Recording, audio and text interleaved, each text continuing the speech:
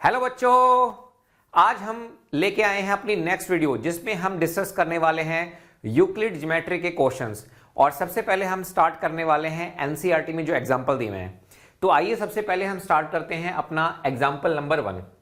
तो सबसे पहले हम इसको ध्यान से पढ़ेंगे और इसको हम डिस्कस करेंगे डिटेल में, ताकि जब कभी आप फ्यूचर में इस टॉपिक से रिलेटेड क्वेश्चंस करने हो तो आप उनको इजीली सॉल्व कर सकते हैं कम समय में। देखिए अब इस क्वेश्चन में क्या कह रहा है, वो कह रहा है कि if A B and C are 3 points on a line, यानी कि एक लाइन है और उस लाइन पे प्यारे बच्चों ए बी सी हमारे पास क्या है, 3 पॉइंट है।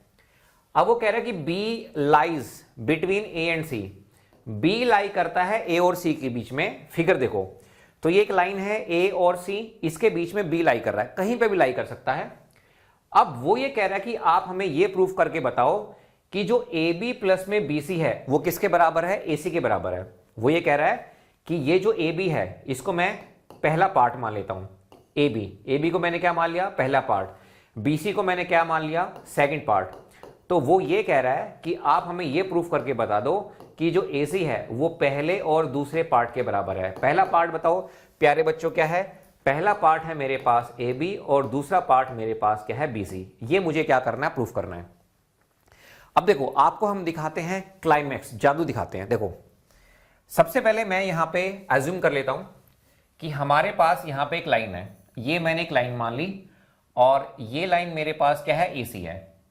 ठीक है, एसी है। अब बी जो है वो इनके बीच में कहीं पे लाई कर रहा है, कहीं पे भी वो लाई कर सकता है।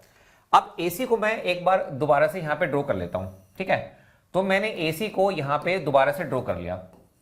अब क्वेश्चन में क्या दिया हुआ है, क्वेश्चन में अगर आप देखोगे, क्वेश्चन में वो साफ साफ कह रहा है कि B lies between A and C. अब वो कहां पे लाई करता है ये हमें नहीं पता, लेकिन बीच में लाई करेगा। इसका मतलब ये है कि बी जो है वो यहां पे भी लाई कर सकता है ना। अगर मैं ए सी को दोबारा बनाऊं, अगर मान लो ये हमारे पास ए है, ये सी है, तो बी हमारे पास यहां पे भी लाई कर सकता है, बी कहीं पे भी लाई कर सकता है। अगर मैं इसको समझाना चाहूं तो मैं ऐसे समझा सकता हूं। मान लो ए हमारे पास कितना है, ये है 0 सेंटीमीटर, और सी को क्या मान लूं मैं, सी को मान लूं 10 सेंटीमीटर। ठीक है, अब बी की जो वैल्यू होगी वो 0 से और 10 सेंटीमीटर के बीच में होनी चाहिए, क्योंकि ये बीच में लाई कर रहा है। यानी कि बी की वैल्यू मैं क्या ले सकता हूं, बी की वैल्यू मैं 1 सेंटीमीटर भी ले सकता हूं, इसकी वैल्यू मैं 2 सेंटीमीटर भी ले सकता हूं। ठीक है, अगर मान लो मेरे पास ये ए है और ये सी है, तो b की जो वैल्यू कुछ भी ले सकता हूं मैं, b की वैल्यू 9.9 सेंटीमीटर भी ले सकता हूं। क्यों, क्योंकि जो b है वो a से c के बीच में लाई कर रहा है, और मैंने मान लिया a 0 सेंटीमीटर है और c क्या है हमारे पास 10 सेंटीमीटर है। ठीक है, तो ये तो बस समझाने के लिए मैंने आपको बताया। यहां से हमें एक चीज पता चल गई कि b जो पॉइंट है वो कहीं पे भी लाई कर सकता है a और c के बीच में। ठीक है, कहीं पे भी। इसकी वैल्यू 1 हो सकती है, 1.1 सेंटीमीटर, 2 सेंटीमीटर, 3, 4, कुछ भी आप वैल्यू इसमें ले सकते हैं। अब ध्यान से देखो, अब मैंने मान लिया कि भाई चलो बी है, बी कहीं पे भी लाई कर रहा है, बी जो है वो कहीं पे भी हमारे पास लाई कर रहा है। तो मैं ये पहली और सेकेंड फिगर को मैं यहां पे कंसिडर करता हूं। तो आप मुझे बताओ क्या मैं कह सकता हूं यहां पे कि अब हमारे पास 2 पार्ट हो गए, यानी कि जब मैं ए से बी काउंट कर रहा हूं तो ये हमारे पास एक पार्ट हो गया। ठीक है, और B से लेके C तक ये मेरे पास क्या हो गया, दूसरा पार्ट हो गया। क्या हो गया, ये मेरे पास हो गया दूसरा पार्ट। यानी कि A से C तक जो लाइन थी उसको मैंने 2 पार्ट में तोड़ दिया, 2 पार्ट में ब्रेक कर दिया। क्यों कर दिया, क्योंकि उसने खुद कहा है कि B जो है वो बीच में लाई कर रहा है।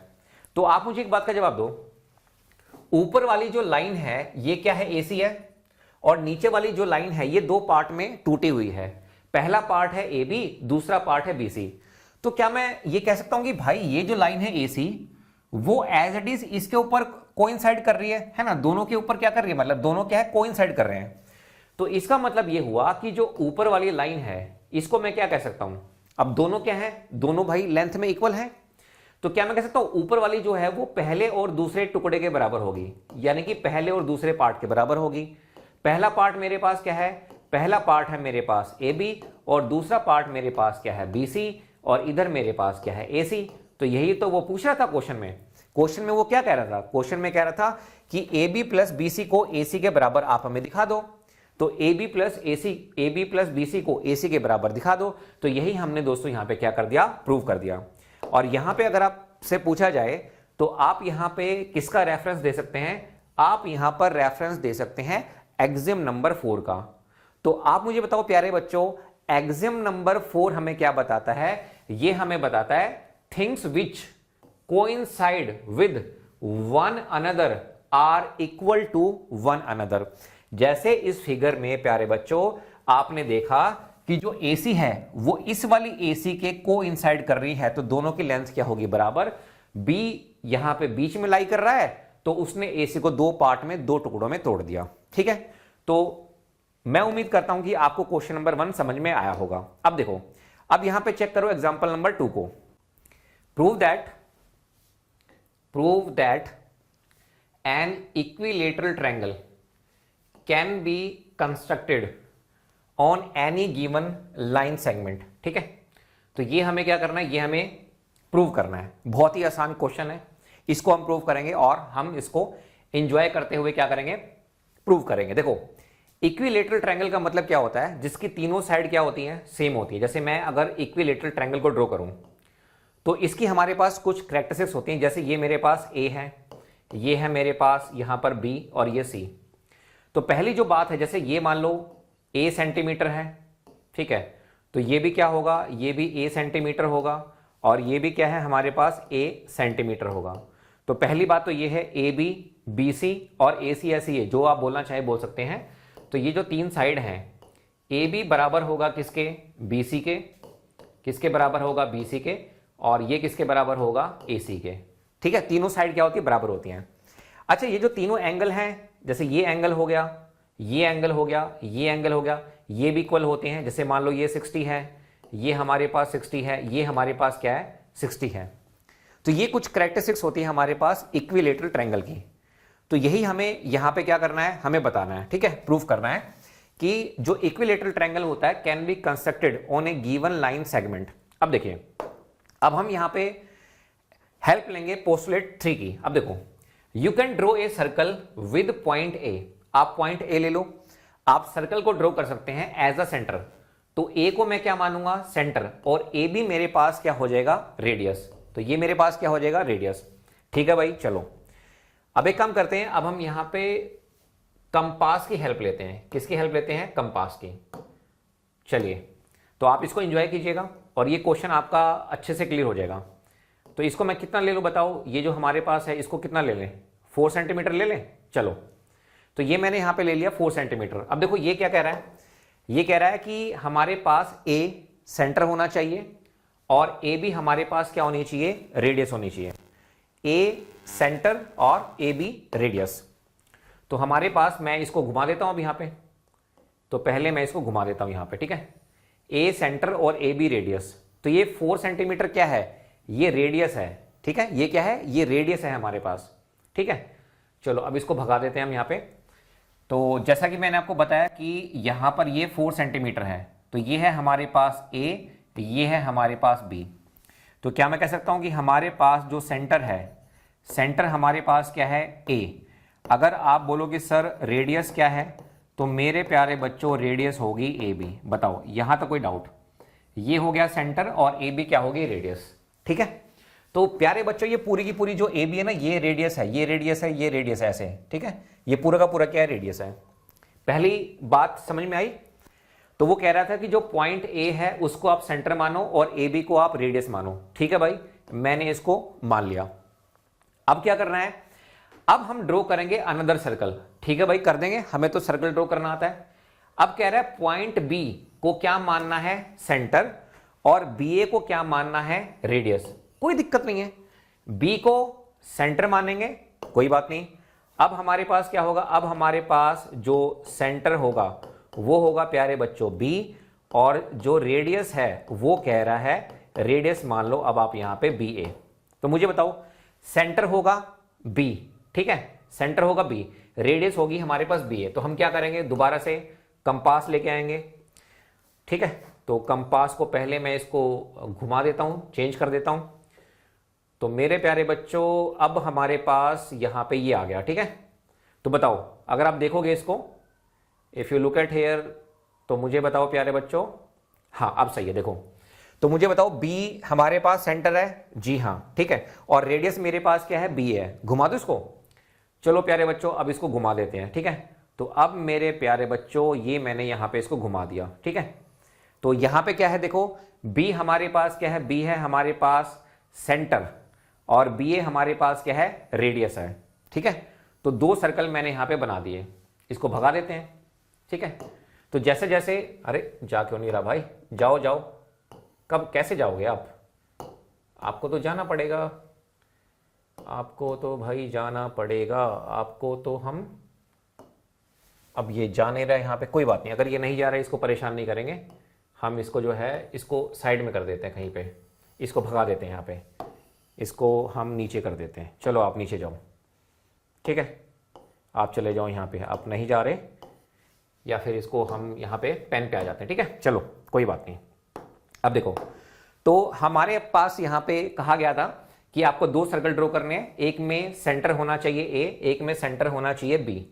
अब देखो, अब ये कह रहा है कि 2 circle meet at a point से सी पे दोनों मीट कर रहे हैं। Now draw the line segment AC draw करना है BC to form a triangle ABC. कोई दिक्कत नहीं है, तो ये तो मैंने बना लिया। अब देखो, अब वो कह रहा है कि ये जहां पे मिल रहे हैं दोनों सर्कल, तो ये पॉइंट मेरे पास क्या हो गया, सी। तो ये लाइन सेगमेंट बना दो, यहां पे ये जो लाइन है एसी ये बना दो, और यहां पे ये बीसी बना दो, ठीक है। तो ये हमारे पास दोस्तों क्या बन गया, ये हमारे पास यहां पे ट्रायंगल बन गया एबीसी। क्या बन गया, ट्रायंगल बन गया एबीसी, सही है। अगर आप यहां पे ध्यान से देखें, तो अगर मैं पहले वाले सर्कल की बात करूं तो ए बी और ए सी दोनों बराबर हैं। तो अगर मैं फर्स्ट सर्कल की बात करता हूं, अगर मैं यहां पे बात करता हूं फर्स्ट सर्कल की, तो फर्स्ट सर्कल से ए बी हो या फिर हमारे पास क्या हो, ए सी हो। ये क्या है, हमारे पास रेडियस है। तो यहां से मेरे पास क्या हो गया, ए बी किसके बराबर आ गया, ए सी के बराबर आ गया, ठीक है। अगर मैं बात करूं दोस्तों सर्कल नंबर 2 की, तो मुझे बताओ सर्कल नंबर 2 में मेरे पास क्या है, ये बी ए है और बी सी है। मेरे पास ये बी ए है और ये क्या है, बी सी, दोनों क्या है, रेडियस हैं। ये ऐसे घूम रहा है ना प्यारे बच्चों, देखो ये ऐसे घूम रहा है। तो ये बी ए है और ये BC है, BA BC, BA बोल दो AB बोल दो, एक ही बात है। तो ये दोनों क्या हो गए, बराबर। यही यहां पे लिखा हुआ है। जब ये ट्रायंगल बन गया, तो ट्रायंगल बनने के बाद क्या है, अब ट्रायंगल क्या है, इक्विलेटरल है। तो AB AC और BC ये तीनों हमारे पास क्या है, बराबर है। तो AB बच्चों किसके बराबर हो गया, AC के, AC किसके बराबर हो गया, BC, ये तीनों क्या है, बराबर है। अब ये मैंने आपको बता दिया कि AB और AC दोनों बराबर है, since they are the radii of same circle. क्या है, AB AC, यही मैंने लिखा है, AB और AC दोनों बराबर हैं, ठीक है गुरुजी, बहुत बढ़िया। सिमिलरली जो BC है और AB है, ये रेडियस है, AB और BC यही है, AB और BC, इसको AB लिख दो, BA लिख दो, ये भी दोनों क्या है, हमारे पास बराबर हैं। अगर बराबर हैं तो ये हमारे पास 2 फैक्ट हो गए, और Euclid axiom that things which are equal to the same thing are equal to one another, you can conclude that एक AB किसके बराबर है, BC के, और ये किसके बराबर, AC के। तो ABC जो ट्रायंगल है वो क्या है, इक्विलेटरल ट्रायंगल है। समझ में आया। तो ये जो हमने ड्रॉ किया प्यारे बच्चों, ये हमारे पास क्या है, इक्विलेटरल ट्रायंगल है, क्योंकि यहां पे जो AB है, AB ये किसके बराबर है, ये बराबर है BC के, और ये किसके बराबर है, AC के बराबर है। तो ये कैरेक्टरिस्टिक्स किसकी होती हैं, इक्विलेटरल ट्रायंगल की होती हैं। क्लियर हुआ। अब देखो, अब अगले क्वेश्चन को पढ़ो आप, ठीक है, ये आपका हो गया क्लियर। अब आप पढ़ो यहां पे थ्योरम 5.1 क्या कहती है, देखो, 2 distinct lines can not have more than 1 point in common. ये थ्योरम है, हमें ये प्रूफ करना है। देखो यहां पे सवाल है 2 डिस्टिंक्ट लाइन का, तो 2 डिस्टिंक्ट लाइन का मतलब क्या होता है, दोनों अलग अलग लाइन होंगी, ठीक है। अब ये कह रहे हैं can not have more than 1 point in common, यानी कि उन दोनों के बीच में सिर्फ एक पॉइंट से ज्यादा कॉमन नहीं हो सकता है। अब प्रूफ हम यहां पे लेते हैं। हम मानते हैं कि हमारे पास 2 लाइन है, एक है हमारे पास L, एक है हमारे पास M। We need to prove that they have only 1 point in common, ठीक है। तो उन दोनों में एक ही पॉइंट कॉमन होगा। अब देखो, अब मैं ये मान के चल रहा हूं कि हमारे पास क्या क्या पॉसिबिलिटी हो सकती है। पहली जो पॉसिबिलिटी है वो हमारे पास हो सकती है कोइंसाइड की। सर इसका मतलब क्या है, जैसे मान लो हमारे पास ये एक L है और इसी के ऊपर क्या है, कोइंसाइड हो गई, तो यहां पे L भी है और यहां पे क्या है, M भी है। एक के ऊपर एक। अगर आपको याद हो तो मैंने ये मेट्रो कार्ड वाला आपको एग्जांपल बताया था, तो एक के ऊपर एक है ना, तो इनमें क्या कॉमन होगा, कहीं पे काटेंगे थोड़ी ना भाई, एक के ऊपर एक है यहाँ पे, तो यहाँ पे कट नहीं हो सकता। अच्छा, दूसरी पॉसिबिलिटी क्या है, दूसरी पॉसिबिलिटी प्यारे बच्चों ये है कि ये दोनों जो लाइन है ये पैरेलल हो सकती हैं।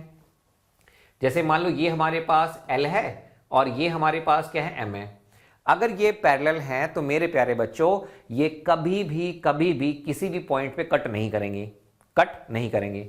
तो मुझे बताओ अब हमारे पास जो थर्ड पॉसिबिलिटी है, थर्ड पॉसिबिलिटी हमारे पास क्या बनती है, थर्ड पॉसिबिलिटी ये बनती है कि ये हमारे पास L है, ये हमारे पास क्या है, M है। ठीक है, अब आप बोलोगे सर आप इस तरह से क्यों चूज करते हो। अच्छा कोई बात नहीं, आप ये चाहते हो ना कि भाई ये मेरे पास कुछ भी ले लो, ये L हो गया और ये मेरे पास M हो गया, ऐसे ले लो। तो मेरे प्यारे भाई जब ये इसको आप एक्सटेंड करोगे तो ये तो काटेगी ना कहीं कॉमन पे, आप कहीं ले लो, आप ये ले लो, ये आपने L लिया और ये आपने M ले लिया, तो ये भी तो कहीं ना कहीं कट करेंगे। तो आपको समझाने के लिए जो सबसे इजी वे होता है, रिप्रेजेंट करने का तरीका होता है, वो ये होता है, आप कहीं पे भी ले लो, डिस्टिंक्ट ले लो, अलग अलग ले लो, लेकिन वो काटेंगी ही। अगर वो कोइंसाइड और पैरेलल नहीं है, अगर वो इस तरह से हैं तो वो काटेंगी ही।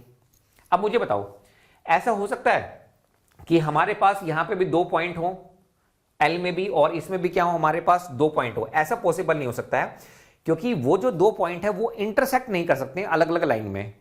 कहने का मतलब ये है कि अगर हमारे पास दो पॉइंट है, एक है मेरे पास P और एक पॉइंट है हमारे पास Q, तो एक ही लाइन तो बनेगी, दूसरी लाइन थोड़ा बनेगी।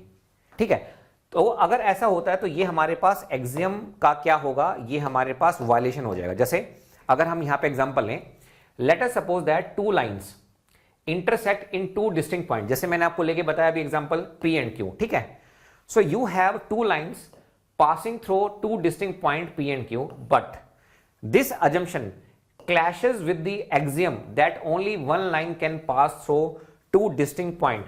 So the assumption that we started with, that two lines can pass through two distinct point, is wrong. बिल्कुल सही बात है भाई। अगर हमारे पास मेरे प्यारे बच्चों, अगर हमारे पास यहां पे दो लाइन है तो वो क्या करेंगी, वो एक कॉमन पॉइंट पे हमारे पास क्या करेंगी, कट करेंगी। तो ये हमारे पास कॉमन पॉइंट आ गया। और ये भी हमारे पास एक्सियम है कि अगर हमारे पास दो पॉइंट है तो यहीं से एक ही लाइन तो जाएगी। अब ऐसा थोड़ा ना कि पी क्यू पॉइंट इसमें भी हो गए, इसमें भी हो गए, तो वो तो एक्सियम का क्या होगा, वायलेशन हो गया, क्लैश हो गया। तो कहने का मतलब यह कि अगर हमारे पास दो लाइन है, ठीक है, डिस्टिंक्ट है, इनको बोलते हैं डिस्टिंक्ट। ठीक है, डिस्टिंक्ट का मतलब है अलग अलग, तो यही इसमें लिखा हुआ है, two distinct lines can not have more than one point in common. तो ये मैंने बताया कि हमारे पास यहां पे जो कॉमन पॉइंट आएगा प्यारे बच्चों, वो क्या आएगा, सिर्फ एक ही आएगा। सवाल क्लियर हो गया। ठीक है, इसको हमने प्रूव कर दिया।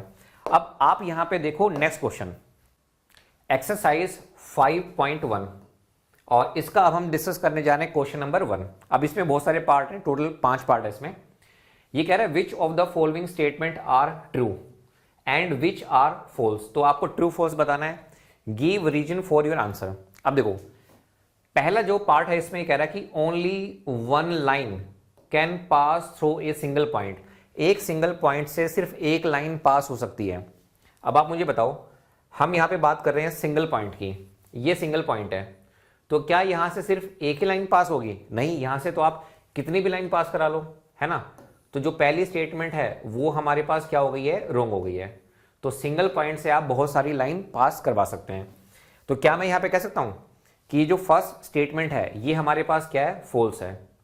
एफ लिख दिया मैंने यहां पे, एफ का मतलब हो गया फॉल्स। ठीक है, सेकंड है हमारे पास there are infinite number of lines which pass through two distinct point.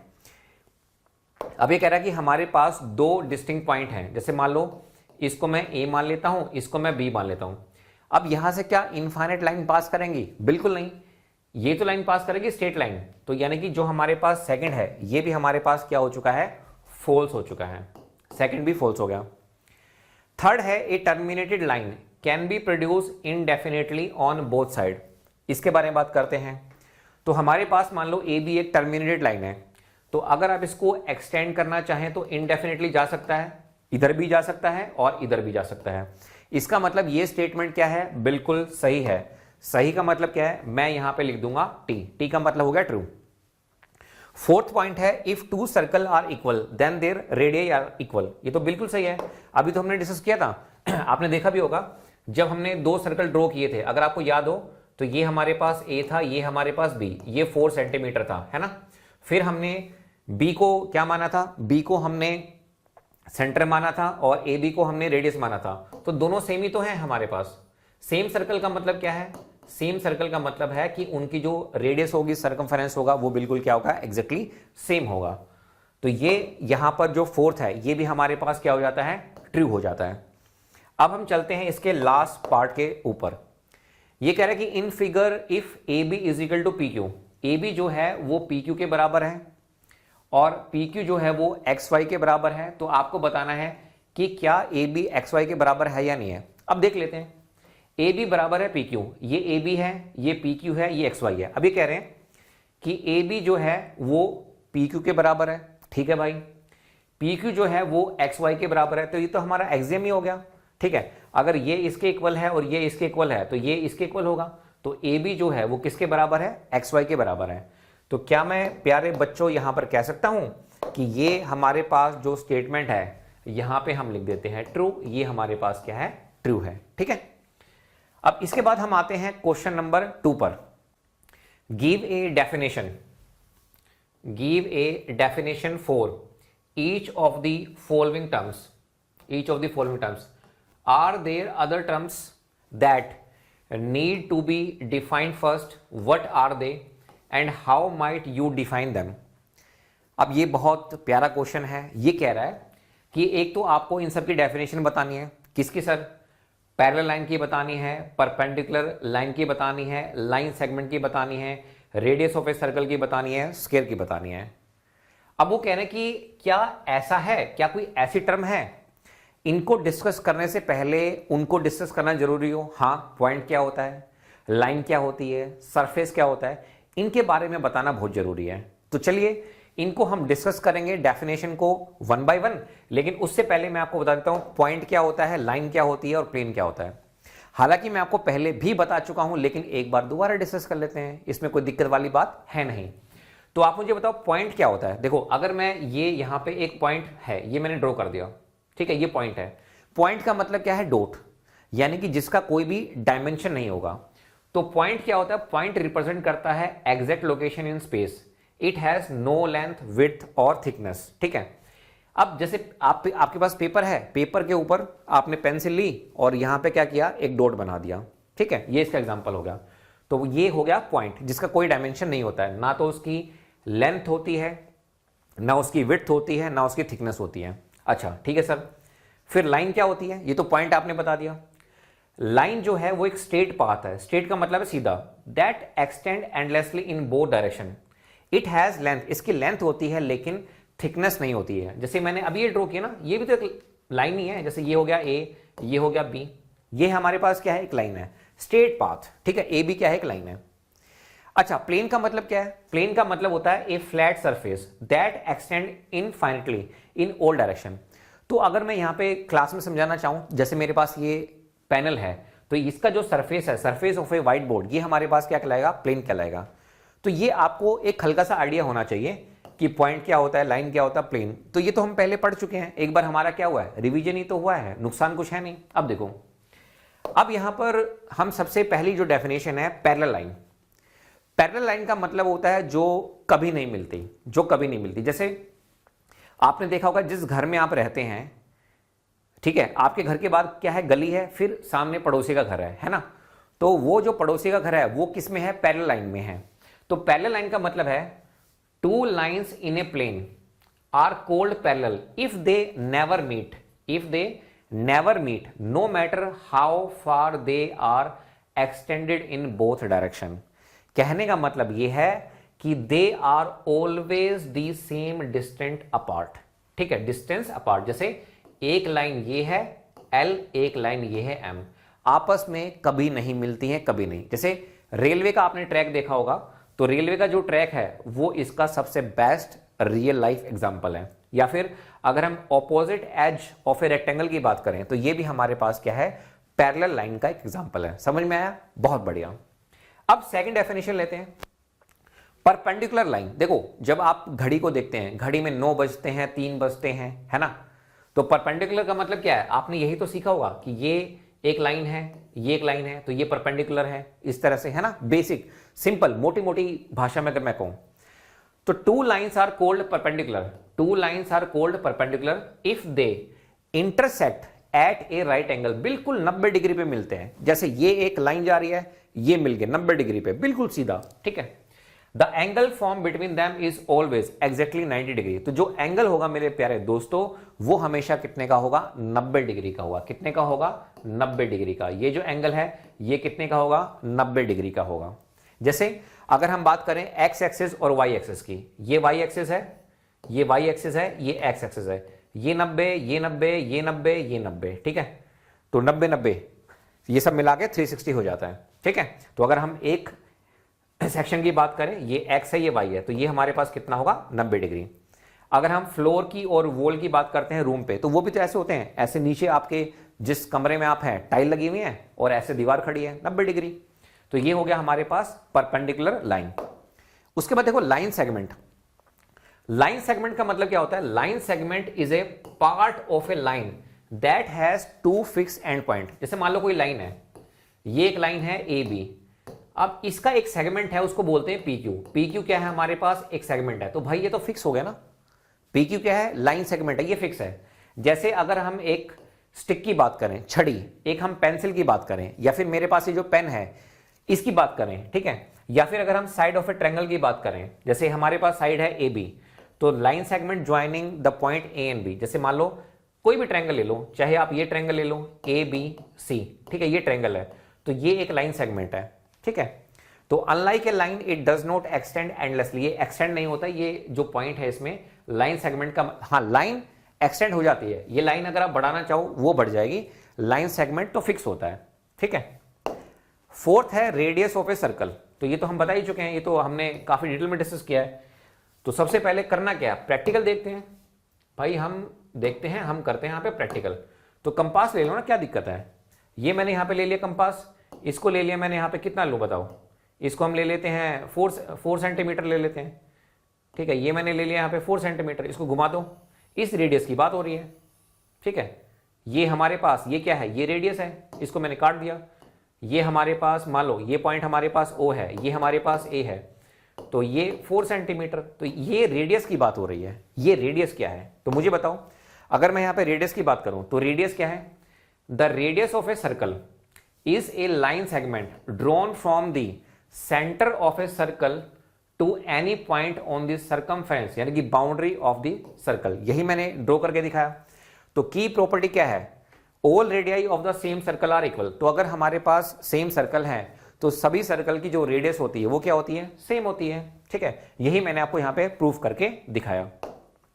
उसके बाद देखो, अगर हम यहां पे नेक्स्ट डेफिनेशन के बारे में बात करना चाहें, स्केयर, स्केयर में क्या होता है, हाँ जी, स्केयर में क्या होता है, स्केयर क्या होता है, स्केयर होता है हमारे पास क्वाड्रिलेटरल, ठीक है, जिसमें क्या होती है, जो चारों साइड होती हैं वो क्या होती हैं, इक्वल होती हैं, और जो चारों एंगल होते हैं वो क्या होते हैं, राइट एंगल। कहने का मतलब ये है, ये एक स्क्वायर है, ठीक है, ये भी ए है, ये भी ए है, ये भी ए है, ये भी ए है।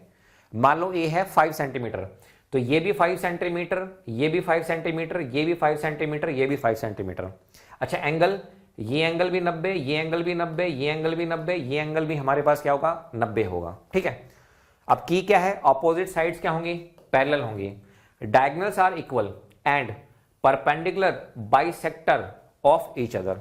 एग्जाम्पल जो सबसे बेस्ट है वो है स्केयर टाइल। आपके घरों में 2x2 की टाइल लगी रहती है, 1x1 की टाइल लगी रहती है, या फिर अगर मैं चेस बोर्ड की बात करूं तो ये इसका बेस्ट एग्जाम्पल है। अब देखो, अब चलते हैं क्वेश्चन नंबर 3 पे। Consider 2 postulates given below. तो हमें 2 पोस्टुलेट्स गिवन है। क्या गिवन है, पहला है given any 2 distinct points, 2 point है A and B, there exist a third point C which is in between A and B, ठीक है भाई। सेकंड हमें क्या गिवन है, there exist at least 3 points that are not on the same line. तो पहले मैं इनको रिप्रेजेंट कर देता हूं। देखो ये कह रहा है given any 2 distinct point A and B, there exist a C point which is between A and B. तो मैं मान लेता हूं कि हमारे पास 2 पॉइंट हैं। अब पॉइंट से तो लाइन जाएगी ना, एक ए है एक बी है, और सी जो है वो जो थर्ड पॉइंट है ये इनके बीच में कहीं पे लाई कर रहा है, ये लाई कर रहा है, ठीक है भाई। अच्छा सेकंड कह रहा है there exist at least 3 point that are not on the same line. तो मैं मान लेता हूं ए यहां पे है, बी यहां पे है, सी यहां पे है, ये ए है, ये बी है, ये सी है, ठीक है। तो ये हमारे पास दो पोस्टुलेट्स गिवन है। अब देखो वो क्या कह रहा है, वो कह रहा है do these postulates contain any undefined term. हाँ है, क्यों नहीं है। एक तो हमें ये नहीं पता पॉइंट्स क्या होते हैं, एक हमें ये नहीं पता लाइंस क्या होते हैं, ये तो हमने अभी पिछले क्वेश्चन में देखा ही था। तो भाई यहाँ यस, ये बात बिल्कुल सही है। अच्छा फिर ये कह रहे हैं कि आर दीज पोस्टुलेट्स, अच्छा कंसिस्टेंट, क्या ये कंसिस्टेंट है? बिल्कुल है भाई, ये अलग है ये अलग है। यहां पे तो ये बात हो रही है कि जो सी है वो इन दोनों के बीच में लाई कर रहा है, और यहां पे क्या है, तीनों अलग अलग है, बिल्कुल कंसिस्टेंट है। अब ये कह रहा है कि do they follow from Euclid postulates explain. इसमें कौन सा पोस्टुलेट तो कोई यूज ही नहीं हो रहा है, तो ये फॉलो नहीं कर रहे हैं, तो इसका आंसर हो जाएगा हमारे पास नो। अगर आप देखना चाहोगे तो यहाँ पे एग्जाम 1 अगर आप चाहो तो वो आप यहाँ पे एक्सप्लेन कर सकते हैं। एग्जाम जो 5.1 है ना वो यहाँ पे फॉलो हो रहा है, तो ये क्वेश्चन आपको क्लियर हुआ होगा। अब देखो क्वेश्चन नंबर 4 है, if a point C lies between 2 point A and B such that A C जो है वो बी सी के बराबर है, then prove that A C is equal to half A B, explain by drawing the figure. कर देते हैं भाई। अब दो पॉइंट है हमारे पास, ठीक है, ये हमारे पास ए है, ये हमारे पास बी है। सी लाइज बिटवीन, सी जो है वो बीच में लाई कर रहा है, ये हमें दिया हुआ है। If a point C lies between 2 point A and B such that, क्या सच दैट है, ए सी जो है वो किसके बराबर है, बी सी के बराबर है। और मुझे क्या प्रूफ करना है, मुझे प्रूफ करना है ए सी जो है वो हाफ ए बी के बराबर है, ठीक है। ये दिया हुआ ये मुझे प्रूफ करना है। आसान है, बहुत आसान है। कैसे सॉल्व करेंगे, देखो आप इसको रीअरेंज करके ऐसे भी लिख सकते हो, 2ac इज इक्वल टू में बी। अगर मेरे पास इस तरह का कोई रिजल्ट आ जाए तो मैं उसको ऊपर वाले में कन्वर्ट कर लूंगा, ठीक है। अब मुझे बताओ यहां पे ये दिया हुआ है ac जो है वो bc के बराबर है। अब ये दोनों इक्वल है, अगर इक्वल में मैं कोई चीज सेम चीज ऐड कर दूं लेफ्ट में और राइट में तो वो भी इक्वल होंगे। तो मैं ac प्लस में यहां पे ac कर देता हूं और bc प्लस में यहां पे ac कर देता हूं। अब आप बोलोगे सर अपनी मर्जी से क्यों कर रहे हो? अरे भाई मेरे को 2ac चाहिए ना, ये चाहिए इसलिए मैंने ऐसा किया। तो मुझे बताओ यहां से 2ac किसके बराबर आ गया, यहां से ये आ गया bc प्लस में ac। और आप मुझे बताओ ये जो bc है bc और ये जो ac है bc पहला पार्ट ac दूसरा पार्ट, ये क्या हो गया हमारे पास ab, तो ये हो गया हमारे पास बराबर ab। तो यहां से जो ac है मेरे प्यारे दोस्तों ये कितना हो जाएगा 1/2 ab। तो ये मैंने यहां पे प्रूव कर दिया, ठीक है। ये था क्वेश्चन नंबर 4। अच्छा क्वेश्चन नंबर 5 क्या कह रहा है, वो कह रहा है in question 4 point C is called a mid point of line segment A B.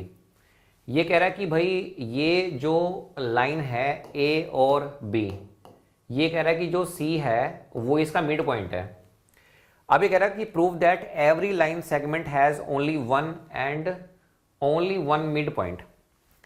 ये कह रहा है कि सी मिड पॉइंट है, और ये भी कह रहा है कि अगर कोई एक लाइन है तो उसमें एक ही मिड पॉइंट हो सकता है। बात भी सही है। कैसे, अगर मान लो ये जो ए बी है, ठीक है, अगर मान लो हमारे पास जो ए बी है ये हमारे पास 10 सेंटीमीटर है, ठीक है। तो अगर मैं इसको 2 से डिवाइड करूं तो ये हमारे पास कितना आएगा, ये हमारे पास आएगा 5 सेंटीमीटर। तो इसका जो मिड पॉइंट है, हमारे पास जो मिड पॉइंट होगा वो कहां पर होगा, 5 सेंटीमीटर पे होगा, एक ही होगा, दो नहीं होंगे। अब इस चीज को मुझे क्या करना है, प्रूफ करना है। तो इसको मैं कैसे प्रूफ करूंगा बताओ। इसको प्रूफ करने का एक तरीका यह है कि मैं यहां पे एक और पॉइंट मान लेता हूं डी। क्या मान लिया मैंने, यहां पे डी मान लिया, मतलब सी भी मिड पॉइंट है और डी भी है। अब दो हो नहीं सकते तो आंसर क्या आएगा, गलत आएगा। अब देखो, अब मैं एक काम करता हूं, मैं यहां पे दो केस लेता हूं। पहले केस में मैं ले लेता हूं कि जो मिड पॉइंट है वो है डी, और दूसरे वाले में मैं ले लेता हूं कि मेरे पास जो मिड पॉइंट है वो मेरे पास कैसी है।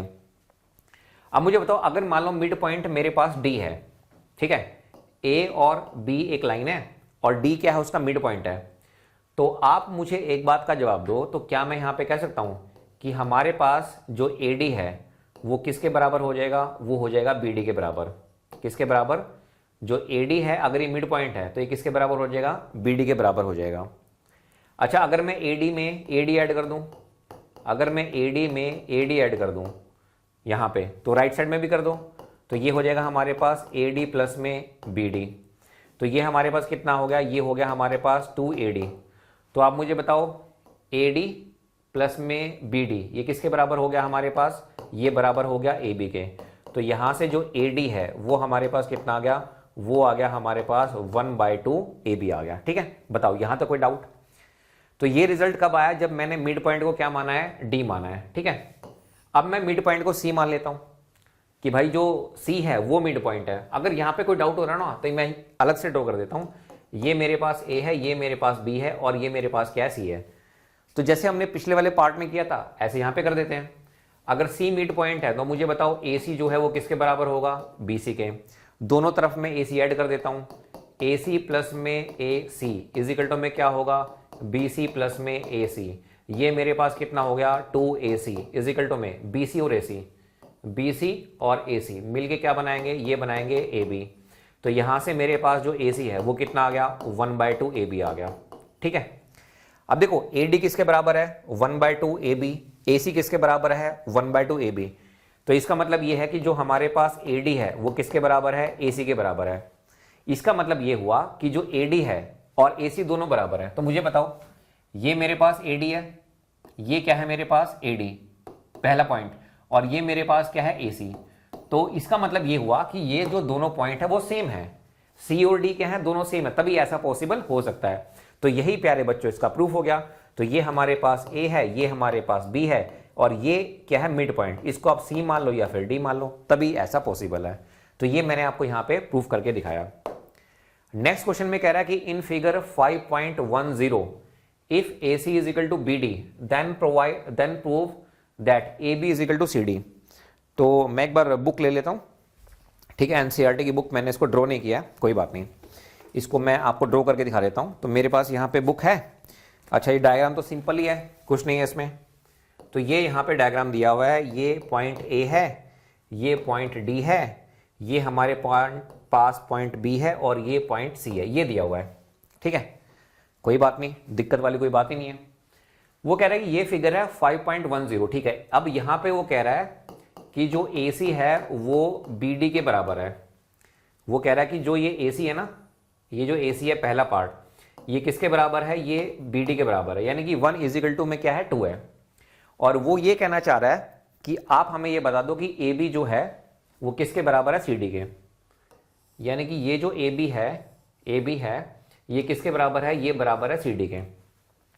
तो बताओ अब हम इसको कैसे प्रूफ करेंगे।